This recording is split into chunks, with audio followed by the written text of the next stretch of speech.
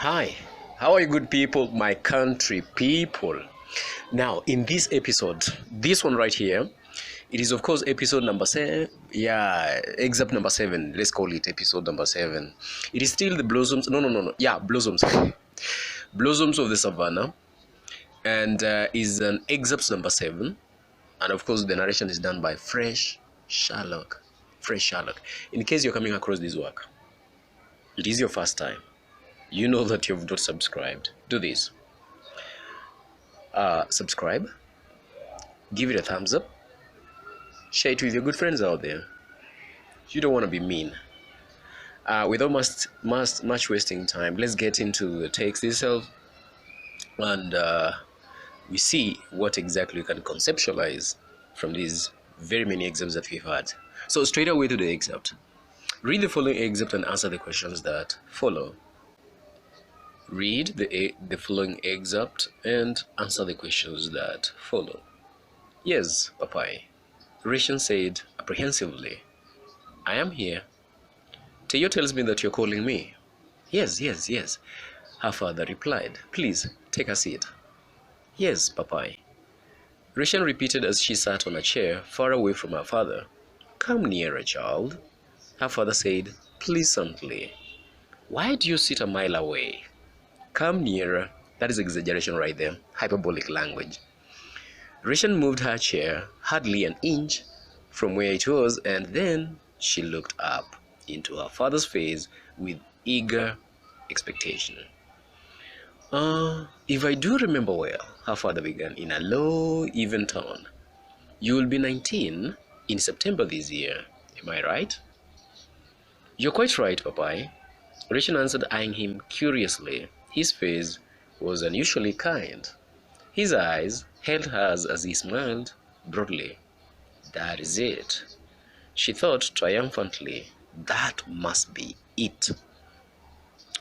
You and I have not discussed important issues for a long time, he said with a friendly chuckle that was intended to bring her closer to him. I thought today would be the best day to break the news. Your future is very important to me, my dear child. Resian thought the concern in her father's voice rang false. She hesitated but could not hold herself anymore. The anxiety was too great. Papai, is it Yeyo or Tayo who spoke to you?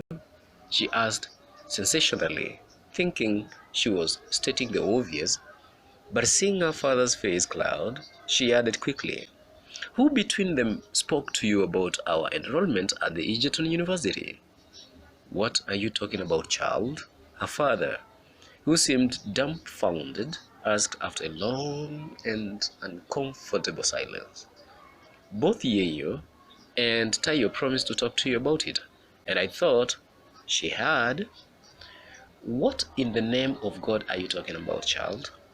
He repeated, this time agitated and shaking his head vigorously. No, I have never spoken to anybody about any of you enrolling at the university. Never. When I said I wanted to discuss your future, that isn't what I meant at all. Of course not. Resian looked at her father's face inquiringly. Good students, you might want to pause within the lines and read the text again, the excerpt again for the second time. You get the clear idea of what is being conveyed here. Now, as usual, the first question is placing the excerpt in its immediate context. So, what had happened before the excerpt? What had happened before this excerpt right here? The response down there is that Ole Kaelo sent Tayo to call Resian for him. Resian feels hopeful and excited that she is being called to be informed about admission to the university. She thinks that it is her mother or sister who has talked to her father about the matter. Question 2.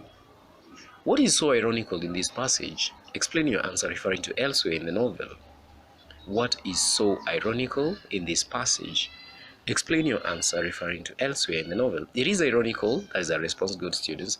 It is ironical for Resian to think that her father is going to tell her about her wish of joining Egerton University. But He has plans to marry her off to his friend Ole. This is even as he says, your future is very important to me. Question 3. Your future is very important to me, my dear child. From elsewhere in the novel, explain why Ole Kaelo tells his daughter so. He says this because he has plans to marry her to his friend Ole. If this succeeds, his business would be saved because Ole had helped him establish the business and even building his house in Sila. That goes for 3 marks, good students. Question number 4. Discuss 2 aspects of character in Resian in this excerpt. Discuss 2 aspects of character traits in Resian within this excerpt. 1. Ignorant.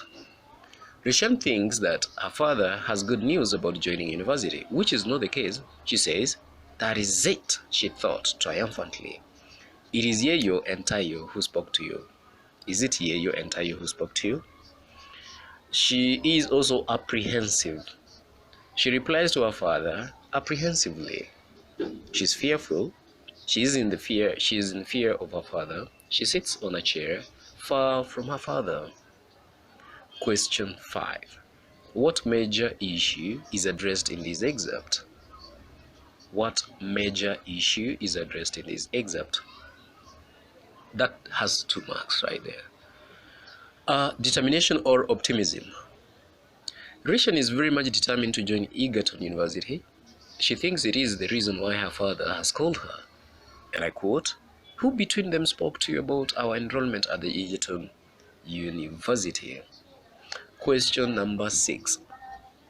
Explain what happens after this excerpt. 3 marks. Explain what happens immediately after this excerpt. Now, after the excerpt, straight away, Ole Kaelo hesitates, telling Resian that he wanted to tell her and tells her to go to the kitchen. He tells her to tell her mother to come.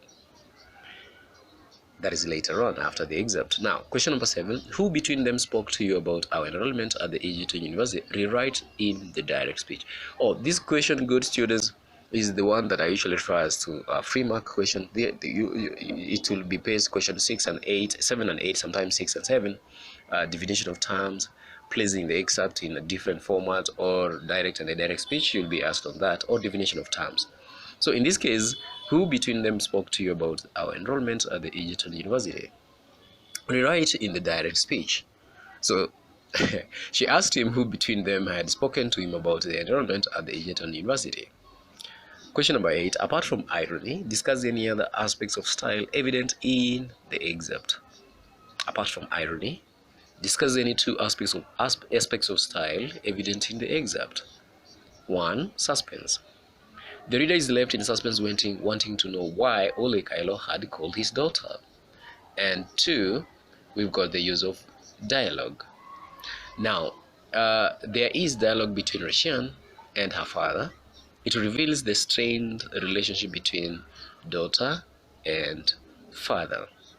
Good students, this again marks the end of this particular abrupt quick into this particular excerpt. And as always been telling you that every little thing, of course, never goes unrewarded. And if in case this work has really helped you, why don't you do this?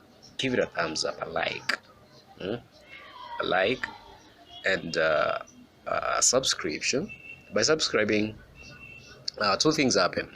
1, you put yourself in position of getting future updates. 2, you are supporting this work in one or the other. And above all, I want to wish you the very best in your exams. Cheers.